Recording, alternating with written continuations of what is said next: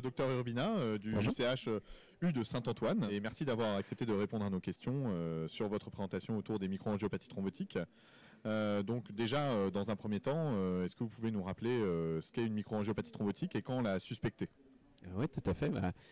Premièrement, la microangiopathie thrombotique, c'est une maladie où les plaquettes vont boucher les vaisseaux sanguins et créer une ischémie d'organes.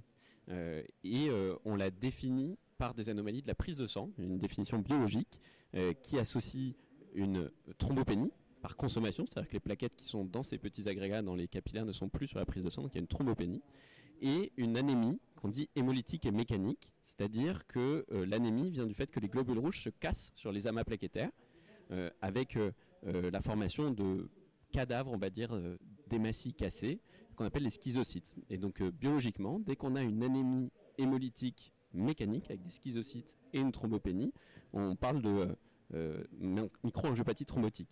Et il y a de façon caricaturale deux situations où il faut la suspecter. Soit le patient arrive en réanimation avec déjà la prise de sang qui montre ces anomalies, l'anémie, l'hémolyse avec l'augmentation des LDH, de la bilirubine libre, une diminution de l'aptoglobine et les schizocytes, et la thrombopénie.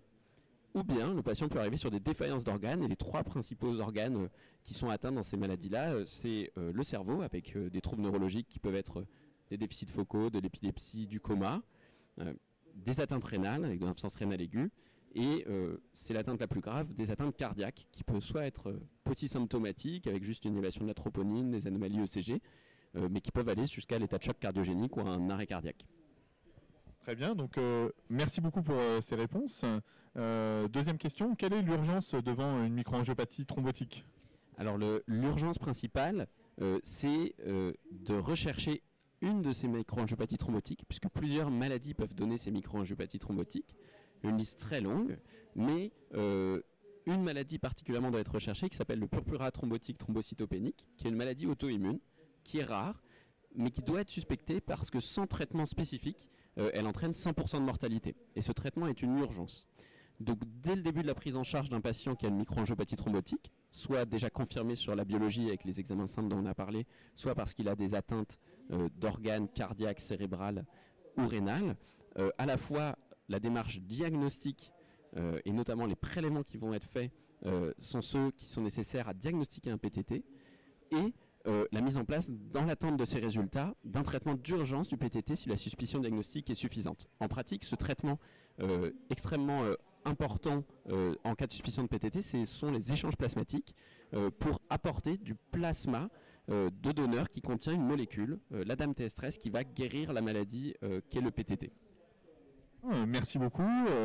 Dernière question, quels sont les points importants justement de la prise en charge de ce PTT? Donc dans le PTT, il y a 5 axes extrêmement importants. Le premier, c'est de prélever un bilan diagnostique avant de réaliser les traitements que sont les échanges plasmatiques, puisque une fois que les échanges sont faits, tous les résultats sont faussés. Ce bilan est relativement volumineux, avec une trentaine de tubes à prélever, et dès qu'il est fait, on va pouvoir commencer le traitement qui sont les échanges plasmatiques. Donc pendant qu'on commande les produits sanguins, le plasma frais congelé, il va falloir monter la machine d'échange plasmatique, mettre en place un cathéter de dialyse pour effectuer le traitement. Dans le même temps, il faudra parfois prendre en charge les défaillances d'organes du patient, intubation en cas de coma, dialyse en cas d'insuffisance rénale avec hyperkaliémie ou AP réfractaire par exemple, et parfois la prise en charge d'une défaillance circulatoire. Et dans un même temps, il va falloir un certain nombre de médicaments spécifiques. Le premier, c'est du caplacizumab qu'il faut commander à la pharmacie, puisque c'est un médicament d'exception et qu'il faut essayer de commander dans le même temps que les échanges plasmatiques. Et dans un second temps, des immunosuppresseurs plus simples, du corticoïde, du rituximab, qui vont permettre de contrôler la maladie et d'éviter une rechute à l'arrêt des échanges plasmatiques.